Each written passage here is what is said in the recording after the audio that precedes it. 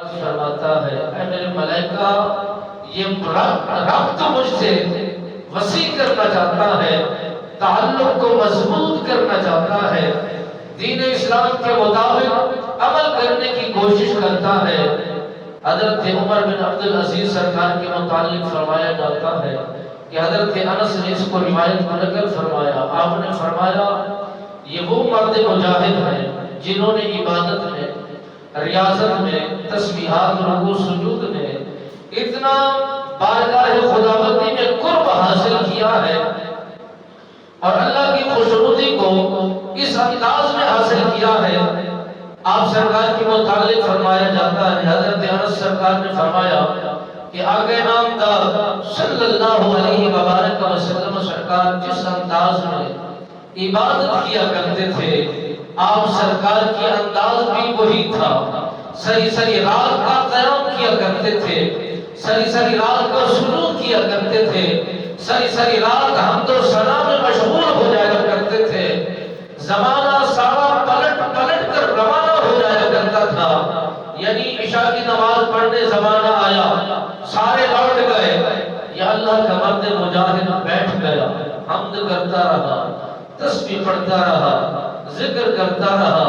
کلام الہی کی تلاوت کرتا رہا۔ وقت گزرتا گیا،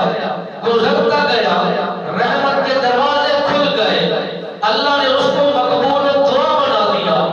اور خالق و مالک نے ایسا فضل فرما دیا۔ جب بھی آپ سرکار اپنے ہاتھوں کو آسمان کی فضا میں بلند کیا کرتے تھے تو مالک بے نیاز اس کے ہاتھ اٹھانے کی دیر ہویا کرتے تھے، ہاتھ بلند کرنے کی دیر ہویا کرتی تھی،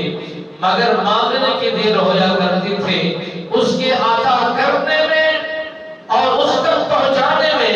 کوئی دیر نہیں ہویا کرتی تھی۔ جب وہ مانگتے تھے ابھی جملے مکمل نہیں ہوتے تھے،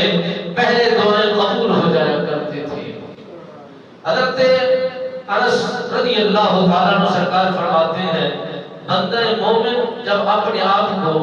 اس طرح بنا لیتا ہے، عابد زاہد بن جاتا ہے، متقی پرہیزگار بن جاتا ہے، اور پھر زمانہ سارا اسی کا ہو جاتا ہے۔ ایک بندہ اللہ کی بارگاہ میں جب جھک جائے، اسی کی عبادت کرتا رہے، اسی کی ریاضت کرتا رہے، اسی کی حمد و ثنا کرتے رہے، کہیں آپ نے پڑھائے غوث کا ذکر، کہیں ابدال کا ذکر، کہیں مشائخ کا ذکر، کہیں محدث کا ذکر، کہیں مفکر کا ذکر، کہیں صالح کا ذکر، یہ کب بنتے ہیں؟ یہ رتبے، یہ شانیں، یہ عظمتیں کب پاتے ہیں؟ جبکہ انسان تو سارے ایک جیسے ہیں، کھانے کا انداز بھی ایک جیسا، پینے کا انداز بھی ایک جیسا، رہنے کا انداز بھی ایک جیسا، چلنے کا طور طریقہ بھی ایک جیسا، پھرنے کا انداز بھی ایک جیسا، مگر انہی میں سے کوئی صالح بن گئے، کوئی متقی بن گئے، کوئی پرہیزگار بن گئے، کوئی نیکوکار بن گئے، کوئی گناہگار بن گئے، کوئی سیاہکار بن گئے۔ مخلوق تو ایک ہی ہے اور پھر بھیجنے کا انداز بھی ایک ہے۔ ہر کسی نے ماں کے شکم میں 9 مہینے رہنے کے بعد، 8 مہینے رہنے کے بعد، 7 مہینے رہنے کے بعد یہ مختلف کو پہلے پیدا ہو گیا، کوئی دن مقرر ہونے پر پیدا ہو گیا، مگر جو بھی آیا، جس انداز میں بھی آیا، وہ دین اسلام میں آیا۔ فطرت